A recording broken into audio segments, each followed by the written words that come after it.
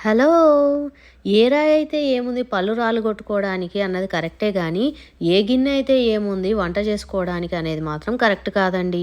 ఎందుకంటే అసలే ఏవేవో కెమికల్స్ ఏసి పండిస్తున్నారు. ఇంకేవేవో కలర్స్ ఏసి వడ్డిచ్చేస్తున్నారు. ఆల్రెడీ హాఫ్ న్యూట్రియంట్స్ పోయిన కూరగాయలు మన చేతికి వస్తున్నాయి. సరైన గిన్నెలో వండితే ఆ మిగిలిన హాఫ్ న్యూట్రియంట్స్‌నైనా మనం కాపాడుకోవచ్చు.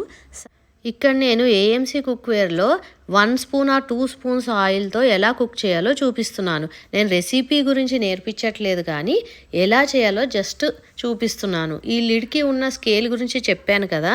అది తిరుగుతూ వచ్చి 98 దగ్గరకు వచ్చింది అనంటే కుకింగ్ ఫినిష్ అయింది అని అర్థం.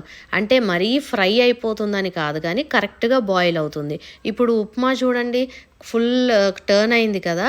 సో, ఇక్కడ మీకు చూపిస్తున్నాను. వాటర్ అంతా ఆవిరైపోయి కరెక్ట్‌గా ఉప్మా రెడీ అయిపోయింది. ఇది జాయ్ కోసమే చూపిస్తున్నాను కాబట్టి కొంచెమే చేశాను. ఇక్కడ బెండకాయ ఏమో బాగా ఫ్రై అవుతూ ఉంది. 2 స్పూన్స్ ఆయిల్ వేశాను.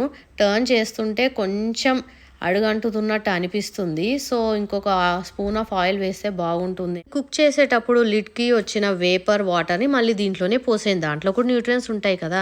పక్కనే ఐరన్ ప్యాన్ మీద జాయ్‌కి చపాతీ చేసేస్తున్నాను. ఇది చూడండి 98కి వచ్చేసింది బెండకాయ.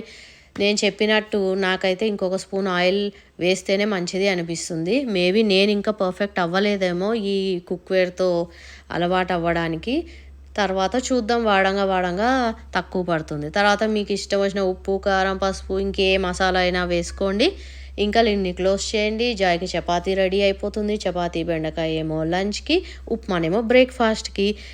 ఒక 2-3 మినిట్స్ తర్వాత బెండకాయ కూడా 3 స్పూన్స్ ఆయిల్‌తో చక్కగా ఫ్రై అయింది. పొడి పొడిగా కూడా వచ్చింది. మీరు